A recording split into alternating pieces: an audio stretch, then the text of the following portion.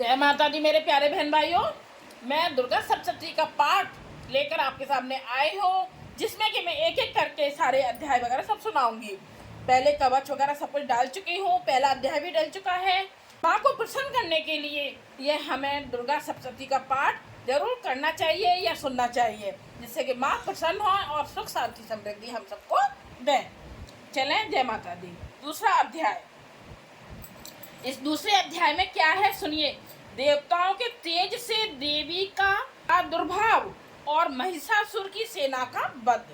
महर्षि मेधा बोले, प्राचीन काल में देवताओं और असुरों में पूरे 100 वर्षों तक घोर युद्ध हुआ था। उनमें असुरों का स्वामी महिषासुर था और देवराज इंद्र देवताओं के नायक थे। इस युद्ध में देवताओं की सेना परास्त हो गई थी और इस प्रकार संपूर्ण देवताओं को जीत महिषासुर इंद्र बन बैठा था। युद्ध के पश्चात हारे हुए देवता प्रजापति श्री ब्रह्मा को साथ लेकर उस स्थान पर पहुंचे जहां पर के भगवान शंकर विराजमान थे।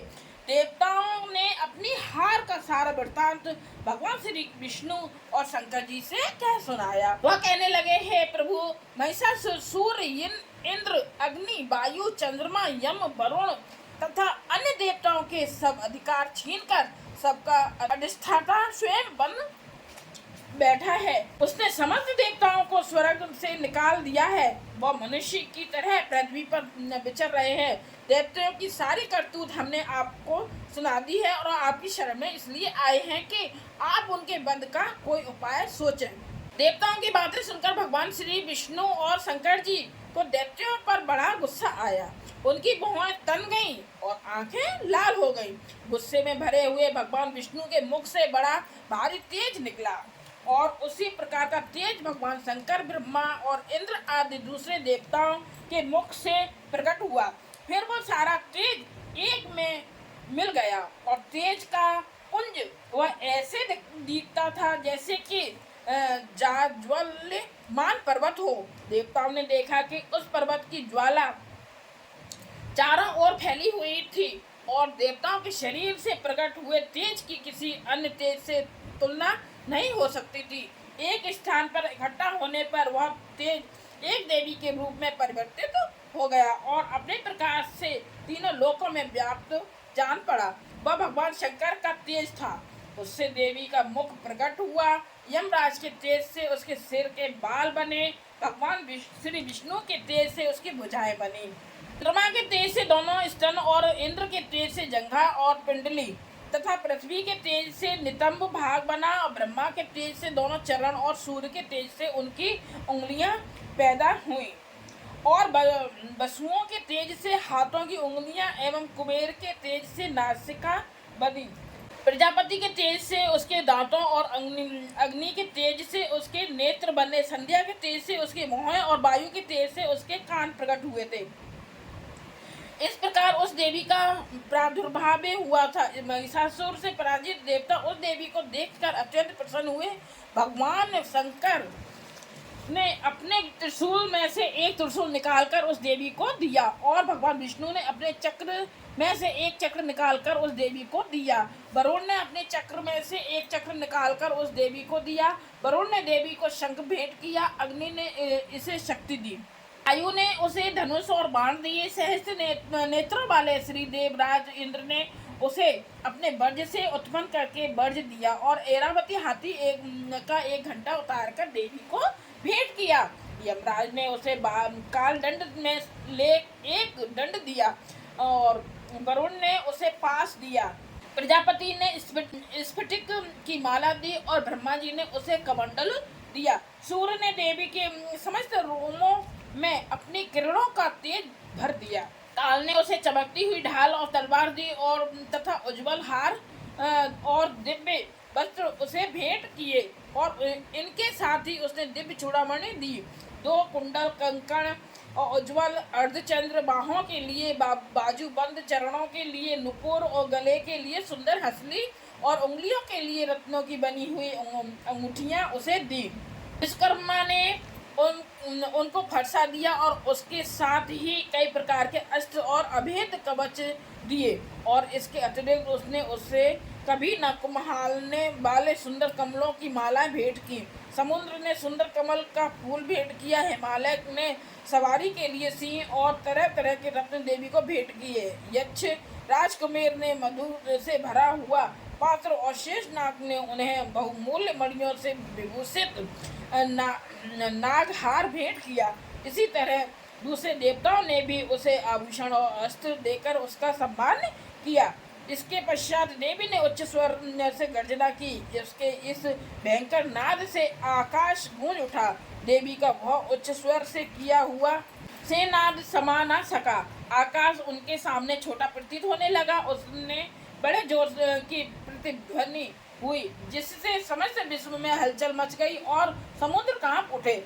पृथ्वी डोलने लगी और सबके सब पर्वत हिलने लगे। देवताओं ने उस समय प्रसन्न हो सिंह वाहिनी जगतमयी देवी ने कहा, हे देवी, तुम्हारी जय हो। इसके साथ महर्षियों ने भक्ति भाव के विनम्र होकर उनकी स्तुति की।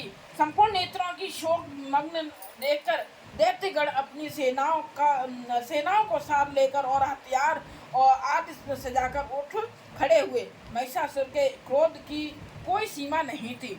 उसने क्रोध में भरकर कहा, यह सब क्या उत्पात है। फिर वह अपनी सेना के साथ उस ओर दौड़ा जिस ओर से भयंकर नाद का शब्द सुनाई दिया था, और आगे पहुंचकर उस देवी को देखा, जो कि अपनी प्रभा से तीनों लोकों को प्रकाशित कर रही थी। उसके चरणों के भार से पृथ्वी दबी जा रही थी। माथे के मुकुट से आकाश में एक रेखा सी बन रही थी, और उसके धनुष की टंकार से सब लोग क्षुब्ध हो रहे थे। देवी अपनी सहस्त्र भुजाओं को संपूर्ण दिशाओं में फैलाए खड़ी थी। इसके पश्चात उनका दैत्यों के साथ युद्ध छिड़ गया और कई प्रकार के अस्त्र शस्त्रों से सब की सब दिशाएं उद्भाषित होने लगी। महिषासुर की सेना का सेनापति चतुर नामक एक महान असुर था। वह आगे बढ़कर देवी के साथ युद्ध करने लगा और दूसरे दैत्यों की चतुरंगिनी सेना साथ लेकर चामर भी लड़ने लगा, और 7,000 महारथियों को साथ लेकर उदग्र नाम का महादैत्य आकर युद्ध करने लगा, और महाहनु नामक असुर 1 करोड़ रथियों को साथ लेकर असिलोमा नामक असुर 5 करोड़ सैनिकों को साथ लेकर युद्ध करने लगा। बाष्कल नामक असुर 60 लाख असुरों के साथ युद्ध में आ डटा। बिडाल नामक असुर 1 करोड़ रथियों सहित लड़ने को तैयार था। इन सब के अतिरिक्त और भी हजारों असुर हाथी और घोड़ा साथ लेकर लड़ने लगे, और इन सब के पश्चात महासुर करोड़ों रथों, हाथियों और घोड़ों सहित वहां आकर देवी के साथ लड़ने लगा। सभी असुर तोमर, भिंदीपाल, शक्ति, मुसल, खंडकों, फरसों, पट्टियों के साथ रणभूमि में देवी के साथ युद्ध करने लगे।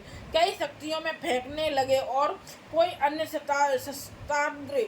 इसके पश्चात सबके सब दैत्य अपनी अपनी तलवारें हाथों में लेकर देवी की ओर दौड़े, उसे मार डालने का उद्योग करने लगे। मगर देवी ने क्रोध में भरकर खेल में उनके सब अस्त्र शस्त्रों को काट दिया।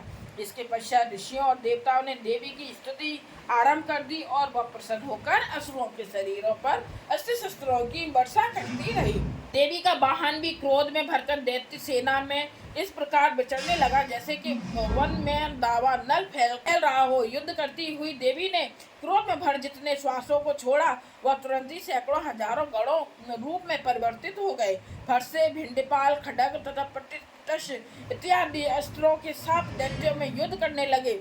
देवी की शक्ति से बड़े हुए वह गण दैत्यों का नाश करते हुए ढोल, शंख व मृदंग आदि बजा रहे थे। तदंतर देवी ने त्रिशूल, गदा, शक्ति, खड्ग इत्यादि से सहस्त्रों असुरों को मार डाला। कितनों को घंटों की भयंकर आवाज से ही यमलोक पहुंचा दिया। कितने ने ही असुरों को उसने पास में बांधकर पृथ्वी पर धर घसीटा। कितनों को अपनी तलवार से टुकड़े टुकड़े कर दिए, और कितनों को गदा की चोट से धरती पर सुला दिया। कई दैत्य मूसल की मार से घायल होकर रक्त बमन करने लगे और कई शूल छाती फट जाने के कारण पृथ्वी पर लेट गए और कितनों की बाण वर्षा से कमर टूट गई। देवताओं को पीड़ा देने वाले दैत्य कट कट कर मरने लगे। कितनों की बाहें अलग हो गईं, कितनों की ग्रीवाएं कट गईं, कितनों के सिर कटकर दूर भूमि पर लुढ़क गए, कितनों के शरीर बीच में से कट गए और कितनों के जंघाएं कट गई और वह पृथ्वी पर गिर पड़े। कितने ही सिरों व पैरों के कटने पर भी भूमि पर से उठ खड़े हुए और शस्त्र हाथ में लेकर देवी से लड़ने लगे और कई दैत्यगण भूमि में बाजों की ध्वनि के साथ नाच रहे थे। कई असुर जिनके सिर कट चुके थे बिना सिर के धड़ से ही हाथ में शस्त्र लिए हुए लड़ रहे थे। दैत्य रह रहकर ठहरो ठहरो कहते हुए देवी को युद्ध के लिए ललकार रहे थे।